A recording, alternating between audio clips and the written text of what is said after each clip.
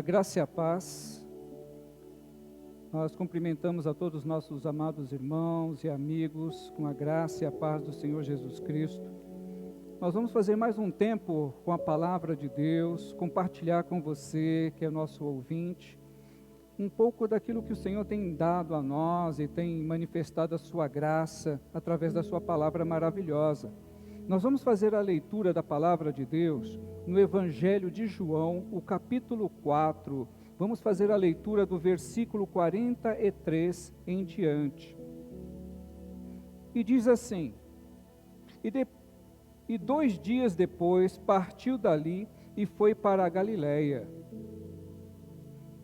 Porque Jesus mesmo testificou que um profeta não tem honra na sua própria pátria.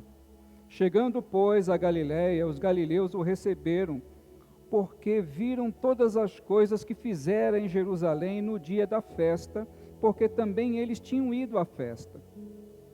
Segunda vez foi Jesus a Caná da Galiléia, onde da água fizera vinho. E havia ali um oficial do rei, cujo filho estava enfermo em Cafarnaum. Ouvindo este que Jesus vinha da Judeia para a Galiléia, foi ter com ele, e rogou-lhe que descesse e curasse o seu filho, porque já estava à morte.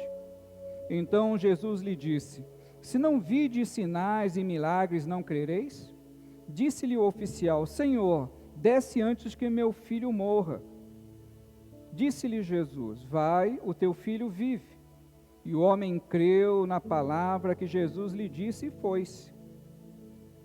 E descendo ele logo, saíram-lhe ao encontro seus servos e lhe anunciaram, dizendo: O teu filho vive. E perguntou-lhe, pois, a que horas se achara melhor? E disseram-lhe: Ontem, às 7 horas, a febre o deixou. Entendeu, pois, o pai que era aquela hora a mesma em que Jesus lhe disse: O teu filho vive.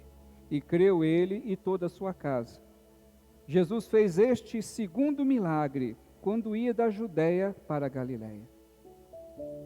Nós lemos esse texto na palavra de Deus e nós vamos fazer uma meditação baseado naquilo que João escreveu. O evangelista João, ele coloca e mostra no seu evangelho um destaque bem diferenciado em relação aos sinóticos. Aquilo que você vai encontrar em Mateus, em Lucas e em Marcos, você vai encontrar alguns dos milagres que estão especificamente citados em João. João é o único que coloca a água transformada em vinho, é ele quem fala a respeito da cura do filho do nobre. E João mostra Jesus trabalhando o tempo todo, Jesus em movimentação, e agora o texto nos diz que Jesus estivera 2 dias com os samaritanos. E depois disso, Jesus retorna para a Galiléia, e a partir desse momento é que nós iniciamos o nosso texto. Ele voltou a Caná da Galiléia, onde ele havia transformado a água em vinho. E é bem provável que tivesse muitos conhecidos nessa localidade. Suas intenções e deslocamento em João são bem programados. Ele havia passado 2 dias entre os samaritanos. Jesus foi procurado pelo funcionário real que estava prestando serviços e retornava para sua casa a 30 quilômetros. Ou seja, Cafarnaum estava distante ali daquela região 30 quilômetros. Naquele período, as pessoas não se locomoviam tão rápido como é nos dias atuais. E aquele homem que morava em Cafarnaum soube que Jesus estava retornando para a Galiléia e ele deixa seu filho. Sabendo da fama de Jesus, aquele oficial foi ter com Jesus. E quando ele encontra com Jesus, ele pede que Jesus desça, ou seja, que Jesus vá até a casa dele para tratar do seu filho. E Jesus pergunta: se você não vir sinais, vocês não vão crer? E parece incrível Jesus falar algo desse gênero, mas entendam vocês que o que era habitual naquele período é que quando alguém chamava um curandeiro, ou um médico que fosse, esse curandeiro ou médico, ele deveria se deslocar até a casa do enfermo. Se fosse um curandeiro, provavelmente ele iria fazer várias rezas, iriam fazer alguns remédios, algumas beberagens, e tudo isso levaria um tempo, e aquela pessoa talvez ficasse um dia ou dois na casa do enfermo, preparando ali um remédio, ou fazendo várias e várias orações. Era isso que era o tipo de medicina naquele período, e a forma como as pessoas eram tratadas. Então talvez você estranhe a fala de Jesus, mas eu estou trazendo para você agora nesse momento, por que Jesus disse para ele: se vocês não virem sinais, vocês não crerão? E João deixa isso bem claro no seu evangelho, que é extremamente importante que as pessoas creiam em Jesus, não pelo que ele pode fazer, nem pelos milagres propriamente, mas pelo que ele é. Jesus é Senhor. E para que nós tenhamos uma vida plena, uma vida que, se você é um cristão, para que você tenha uma vida plena com Cristo, é necessário que você creia, não apenas em ver os milagres, em presenciar fatos, mas que você creia o que Ele é. Jesus é Deus, é o Deus encarnado. E os galileus que estiveram em Jerusalém ficaram maravilhados com os feitos de Jesus. E por causa dos feitos de Jesus foi que a sua fama correu, e aquele homem ficou sabendo disto. Então o nosso autor, João deixa bem evidente isto. Os sinais que identificavam a supremacia e a natureza de Jesus. Então nesse episódio, ele extrapola. João demonstra algo extraordinário, o exercício de cura à distância. Como eu já citei para vocês, não era habitual, eles não estavam habituados com alguém efetuando uma cura à distância. Era necessário que fosse até a casa do enfermo. E Jesus, dali mesmo, disse para aquele oficial: o teu filho vive, pode retornar. E ele creu na palavra de Jesus e retornou. Como nós havíamos colocado para vocês, era a 30 quilômetros de distância, enquanto aquele homem estava retornando, naquele período antigo, 30 quilômetros que hoje para nós, com um carro, normalmente você faria em 30 minutos ou 40 minutos, aquilo ali levaria muito tempo. E ao mesmo tempo que o homem desceu, retornando para Cafarnaum, seus empregados estavam indo em direção a ele e disseram: olha, o teu filho vive. E aquele homem, muito feliz, perguntou a que horas foi que isso ocorreu, e eles disseram o horário, e ele lembrou-se que foi exatamente no momento em que Jesus disse para ele: vai, o teu filho vive. Crer em Jesus, crer na manifestação, no poder, na graça do Senhor Jesus, é algo que extrapola a consciência humana, que vai além da capacidade natural das pessoas de crer. A grande maioria das pessoas precisam ver algo, precisam tocar em alguma coisa, e o Evangelho, e principalmente o Evangelho de João, ele expressa isso de uma forma muito fidedigna e contundente, que é necessário crer em Jesus, crer na palavra de Jesus. E é isso que o Evangelho vem trazendo há séculos.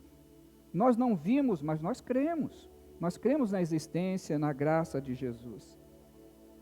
E o nível do ministério, ele toma um novo rumo, ele muda de patamar, que é esse patamar, o patamar em que nós cremos no Senhor. E o início do ministério de Jesus foi isto. Jesus realiza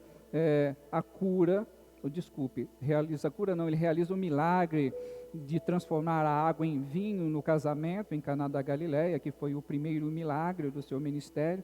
E nós temos esse segundo milagre destacado por João, que é esse milagre. E João transmite nesse episódio algo que é transcendente, uma fé no algo invisível, uma fé genuína.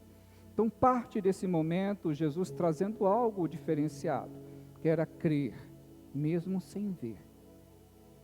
E os sinais, eles servem sim para aumentar a fé. Mas nós não baseamos a nossa fé apenas em sinais. Nós baseamos a nossa fé principalmente na palavra do Senhor. O homem partiu, ele retornou. O Evangelho de João, ele é muito dinâmico, ele expõe detalhes. Viver por fé e não por vista é muito mais desafiador, crer no Senhor. E nós somos desafiados a viver por fé. Uma fé que deve expor nossas verdadeiras convicções.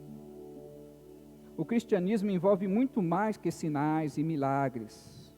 O cristianismo envolve essa fé genuína. Trabalhar isso na consciência humana e na vida dos cristãos é algo extraordinário. E é papel do Espírito Santo nos convencer, é papel do Espírito Santo convencer as pessoas do trabalho de Jesus. E esse texto, colocado por João dessa forma, ele expressa esse trabalho, o trabalho de crer no Senhor, de fazer com que a nossa fé esteja firmada em Cristo Jesus. Ele pode operar na tua vida, pode fazer milagres na tua família, como fez na minha casa, fez na minha família. E graças a Deus, por causa desses sinais, a minha família chegou até o Senhor. Então, os sinais, eles são extraordinários, são importantíssimos para a vida do ser humano. Mas a partir do momento que esses sinais ocorreram, toda a minha vida e a vida da minha família, ela está pautada em Cristo, e depois disso nós não tivemos mais sinais. Nós cremos na maravilha, cremos na palavra do Senhor, estamos seguindo a Ele, fazendo a vontade dEle. Então, se você está ouvindo isso e você tem dúvidas em relação a seguir ou não esse Evangelho, não tenha dúvidas. O Evangelho, ele é genuíno, Jesus é real, o poder dele é extraordinário. Por ser quem ele é, ele pode operar milagres, mas se caso ele não fizer milagres, ele continua sendo Deus, continua sendo Senhor na nossa vida.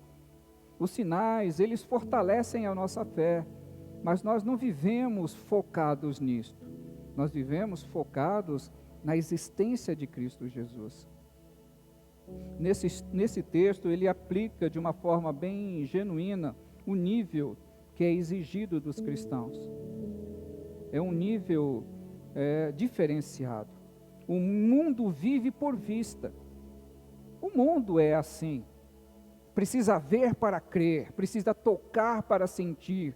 Mas o cristianismo é muito mais do que isto. Então, se você vive apenas em fatos, crendo em fatos, tendo que ser comprovado algo para você, você vive no mundo natural. O mundo extraordinário, o mundo da fé, é viver e crer naquilo que você não vê.